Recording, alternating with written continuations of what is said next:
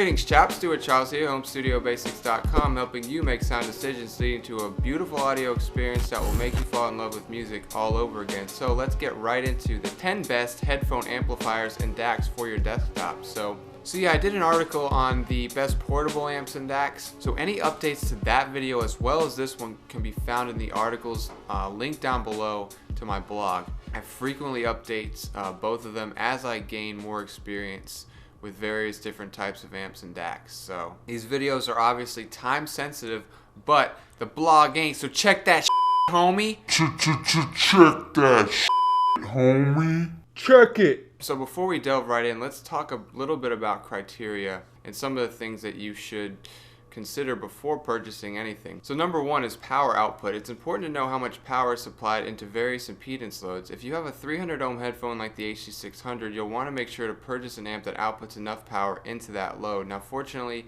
the HD600 is not very amp picky or finicky. It does really well with a wide variety of amps and DACs, even despite some of those amps and DACs being a little bit underpowered. Now technically speaking, the HD600 needs about 20 milliwatts from an amp.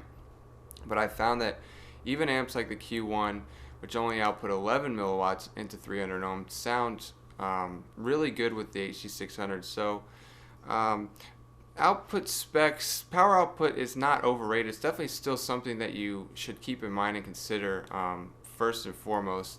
But it's not the end-all be-all. So even some underpowered amps will work with headphones like the HD600. Just keep in mind that with some lower sensitivity headphones like Hi-Fi Man stuff, AKG, it's borderline with these two, the E10K and the K3, but I found that even a K240 600 ohms still got fairly loud enough out of an E10K, which I thought was absolutely astonishing considering everything I've read about the 240 in that it really needs beefy amplification. Now, I would not recommend an E10K long term with a 240, but I had it lying around, so I figured why not try it, and it sounded fine.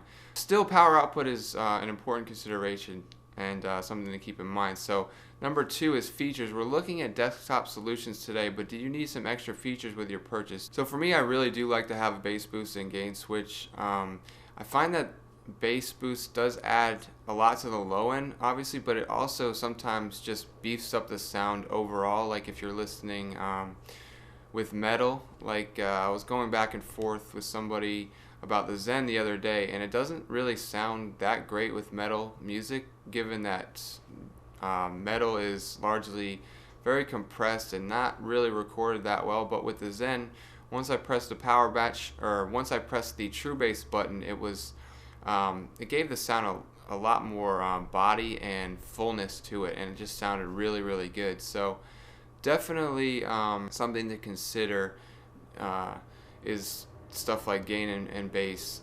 If you have more power hungry headphones, it's good to have as well. So yeah, number three, versatility. Many of these amps and DACs have the ability to be used in more than one scenario. Are you looking for something bare bones or more flexible?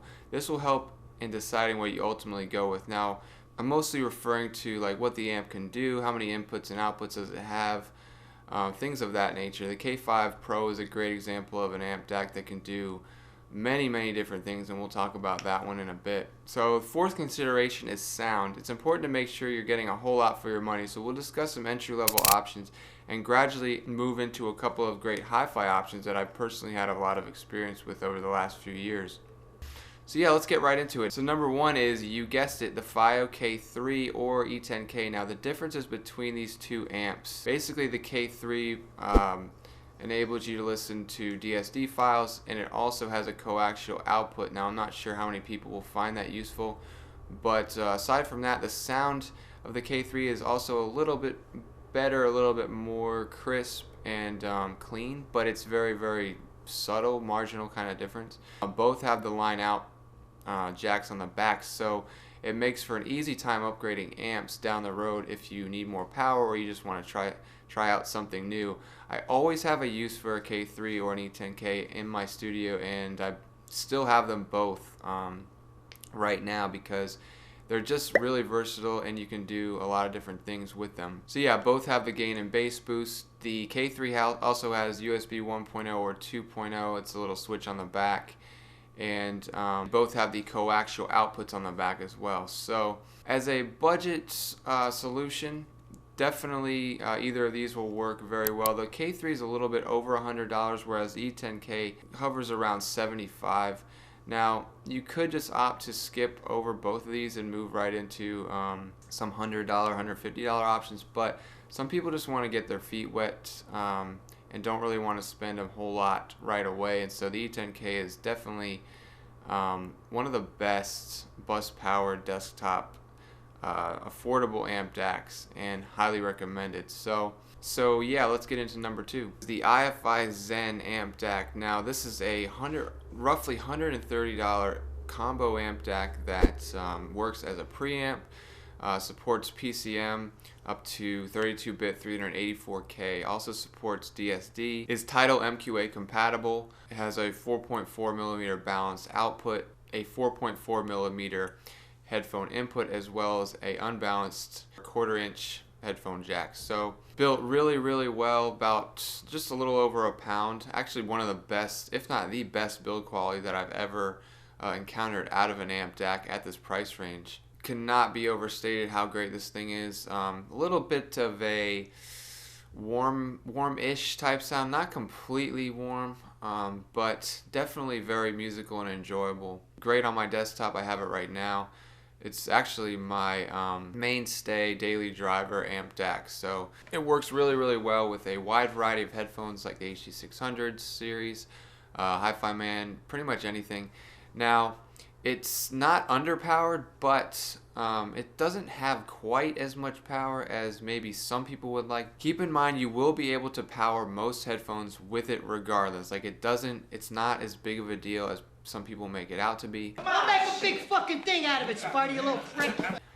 Just use the power match button in your set. Also comes with a true bass button, which, like I mentioned earlier, does help in adding just the right amount of weight and impact to some tracks that need it. Yeah, fantastic all around entry-level amp DAC for the budget enthusiast, kind of the beginner audiophile that's looking for incredible value and something that's going to be a mainstay for a long time. I don't really see myself getting rid of the Zen anytime soon. So yeah, let's get into the second option. Gotta be the JDS Atom as far as cleanliness, neutrality, just overall really clean sounding. Now the build of this one has gotten some complaints here recently, especially my boy Sanny told me that he had to get rid of his because he wasn't satisfied with the build, and I can see where he's coming from. The build is a little bit, actually a lot of it, flimsy. The buttons kind of move around in their respective slots.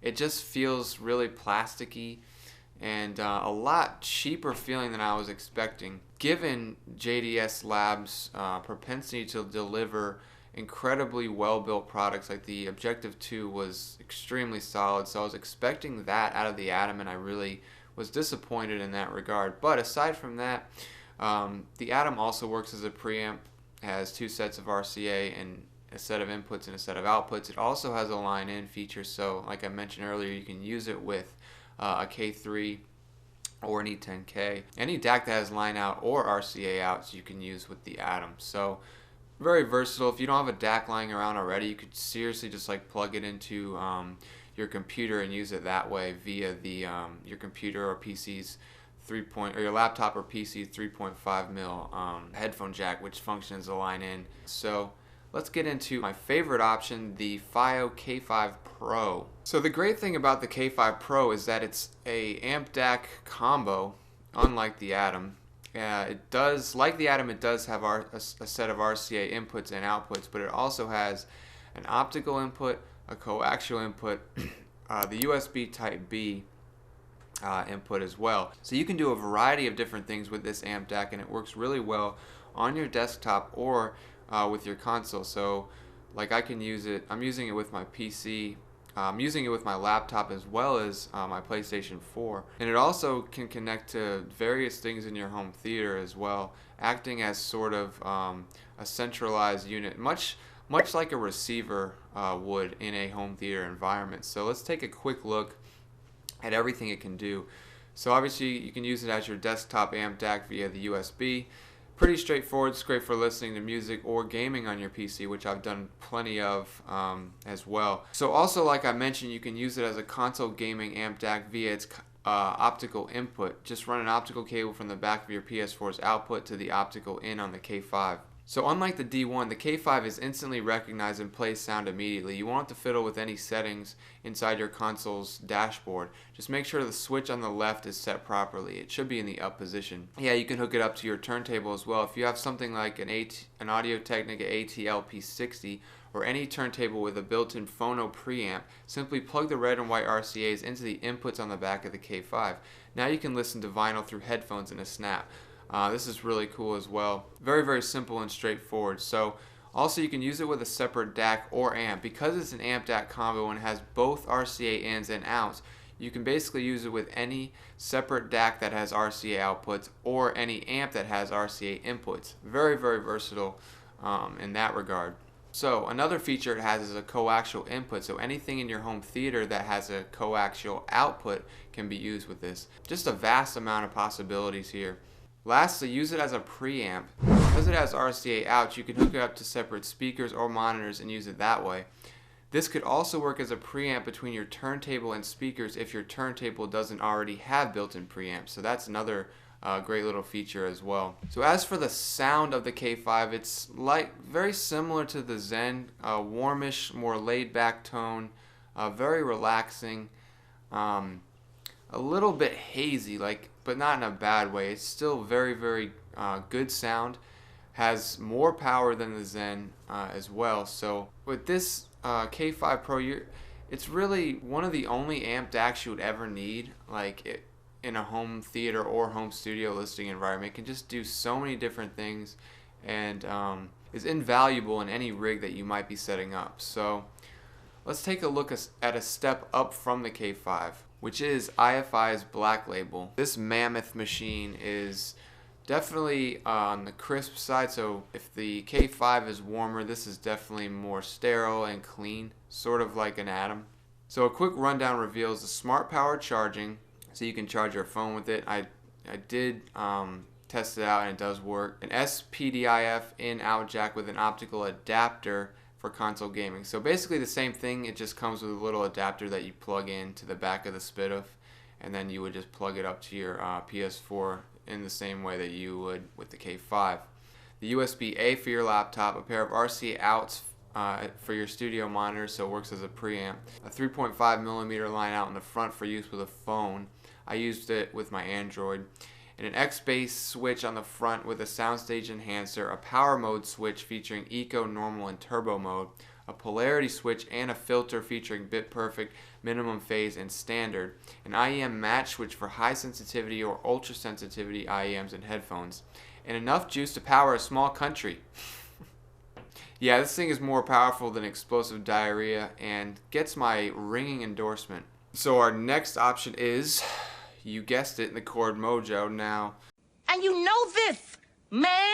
the Mojo has come under a little bit of scrutiny as of late. It runs hot, it's a little bit finicky. Some people have told me after about a year it doesn't hold a charge quite the same way that it used to, but still, along with the Bryston, this is the best sound that I personally heard. Some people do not like the warmer sound of this. It's understandable, I get it, but for me, second best, tied for the first or the second best experience that I had was the Mojo and a Mr. Speaker's Ion closed, running some Spotify tracks which are in the article, so I'm not gonna repeat all that stuff. So just know that personally, I really loved the sound. It was very intimate and close to you. It felt like the vocalist was singing kind of directly in front of you. Everything just took on a more realistic quality, more natural quality, better timbre, better decay, better sustain, better attack. All that stuff was just better with the Mojo, and it's not an over-exaggeration. I firmly believe that, and still do to this day. Would I consider owning a Mojo? I would take the chance on it. It has come down in price about $100. As of this video, it's all subject to change, but originally the Mojo was around $500. I think it's around $400 now. So at $400, yeah, definitely worth a try anyway. I mean, with all this stuff, sometimes you're gonna have issues regardless of what you buy. So I would take the chance on the Mojo. It has dual 3.5 millimeter inputs, so great for your boyfriend or girlfriend if you guys are into, which everybody should be into, watching movies. But just also works really well if you want to compare headphones. I really like that feature out of the Mojo. It's a little bit not complicated, but there's a slight learning curve with getting it fired up and everything. But I'll put a link down below to my review. It goes step by step through, and it's not very it's not a big deal once you get the hang of it. But yeah, other than that, supports up to 32-bit 768K, if I remember correctly. You got a micro USB jack for your PC, another micro USB port for charging, and an optical input for console gaming. So that's also really good. I loved it with my PS4. And it also has a coaxial input or output, I can't remember. Mojo definitely tied for first or second best sound that I've heard out of an amp. So next up we have the incredible Super Mutant Behemoth named DAC V1, which I've demoed extensively over the last few years. This is a step up from the Mojo, but the law of diminishing returns comes into play way sooner with amps and DACs than it does with headphones. But if you're looking for something like a sort of an end game type of amp DAC, the name is very, very good, has plenty of power. It's very smooth, musical, and effortless sound. I've demoed many headphones on this thing. Basically all of Odyssey's LCD line, HD600s, 9500s, which are like way overkill. But the focal line, so Allegia, Clear, Alere, Utopia, Stellia, and a bunch of Hi-Fi Man headphones, countless Grado headphones, and etc., etc. So is the name worth it? If you've got that kind of disposable income, sure, but I would mostly recommend this one for people with high-end dynamic and planar headphones that need a lot of juice, or someone that wants to output audio to an expensive pair of speakers or monitors. If that sounds like you and you're after another Swiss Army knife of epic proportions, this certainly fits the bill and then some. So I touched on it a bit ago. The best amp that I've ever heard is the Bryston, and it's a desktop amp, mammoth like the name. I've touched on it earlier, but definitely the best experience that I've had listening to music, bar none. I tell this story a lot. Probably not gonna tell it again, but basically 400i with the Bryston was musical bliss.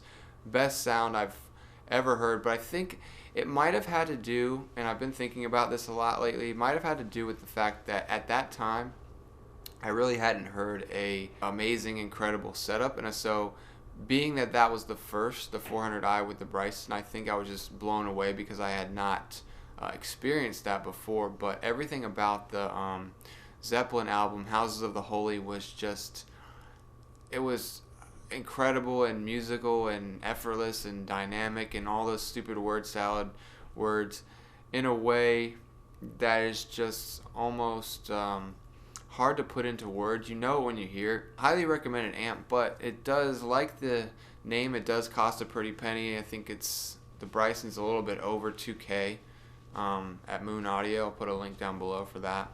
So lastly, we'll talk about a couple of tube amps. One which I've had experience with and one which I've not. I was recently, about a few months ago, able to demo the Bottlehead Crack at my friend Luke's house. I want to borrow it for a video review, but it sounded really, really good. It's a DIY project, but it's very user intuitive. You'll be able to finish it about 5-10 hours. It's comes with all the necessary components. You will need a soldering iron. Hey!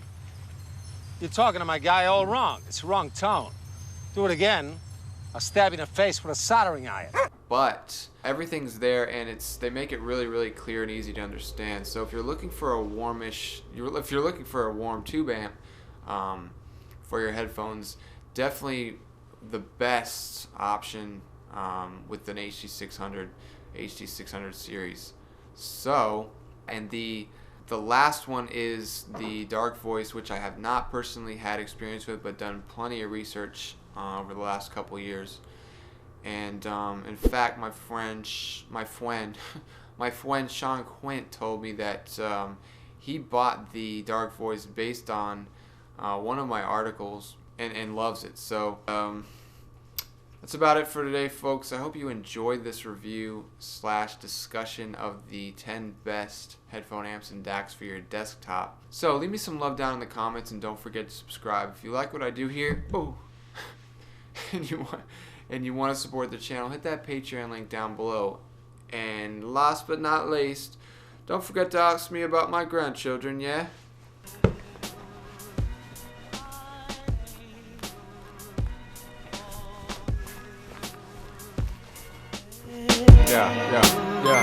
Yeah. Check.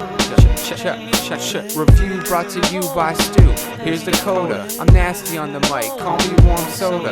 Chopped up this beat real fine like cold produce. Steady in my veggies so I can focus on my David Copperfield. Y'all hocus pocus. A little loopy when I wrote this. Esoteric dopeness. Cultivating the will of a soldier. Fighting through the pain like Dooku. I told ya, sold you on my style. Snapping on cats like Private Pile. I get semi-wild every once in a while. 911 on the dial. Alone at the top with no rival. Dark is my world without a Bible. Without God's love there's no survival. So my mindset is tribal. Yeah, my mindset is tribal.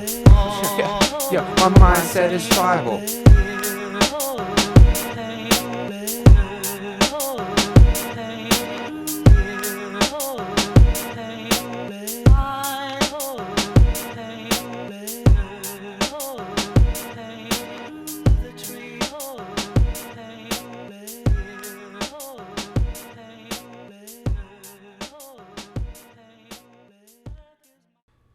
Yeah, I'm getting really long-winded here and out of breath.